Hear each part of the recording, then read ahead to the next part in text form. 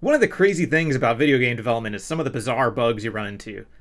Some of them are probably not worth fixing, but the intrigue of the mystery often gets to me. For example, I was watching somebody play Fist of the Forgotten, and the first level has some really basic jumps to get the player familiar with the core movements. Here, you're supposed to jump on the log to reach the higher platform, but this person kept jumping repeatedly until he made it?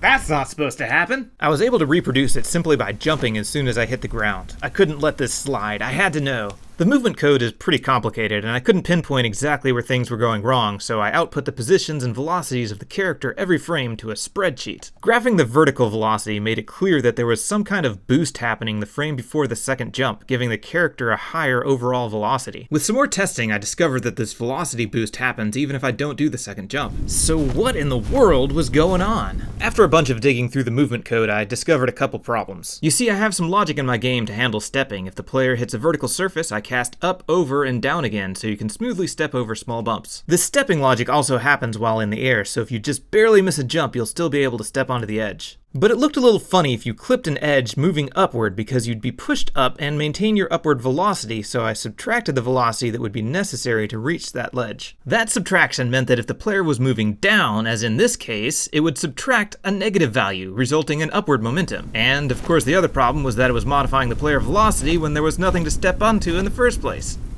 Making games is difficult.